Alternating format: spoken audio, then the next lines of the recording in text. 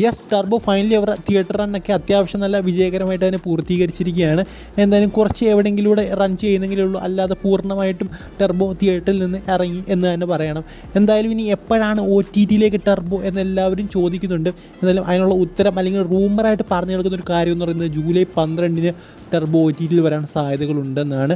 അതായത് Sony LIV on rights മേടിച്ചിരിക്കുന്നത്. So അതുകൊണ്ട് തന്നെ ജൂലൈ 12 പ്രതീക്ഷിക്കാമെന്ന് പറഞ്ഞു കേൾക്കുന്നു. ക്യാസ് എവിടെ റിലീസ് ചെയ്താലും നമ്മളൊക്കെ കാണുന്നത് ടെലിഗ്രാം വഴിയാണ്. എന്തായാലും ടെലിഗ്രാം വഴി കാണാത്തവരുണ്ടെങ്കിൽ, അത് പ്രോപ്പറായിട്ട് സോണി ലിവിലും ഹോട്ട്സ്റ്റാറിലും നെറ്റ്ഫ്ലിക്സിലും ഒക്കെ മാത്രം സിനിമ കാണുന്നവരുണ്ടെങ്കിൽ ഒന്ന് കമൻറ്റ് ബോക്സിൽ ഒന്ന് കമൻറ്റ് ചെയ്യുക. ഇനി അടുത്ത അപ്ഡേറ്റ് എന്ന് പറഞ്ഞാൽ നമ്മുടെ അന്നാബെന്നുമായിട്ട് ബന്ധപ്പെട്ടുള്ള ഒരു അപ്ഡേറ്റ് ആണ്. നമുക്കറിയാം കൽക്കിയിൽ ഒരു തകർപ്പ റോൾ ചെയ്തിട്ടിരിക്കുകയാണ് അന്നാബെന്ന്.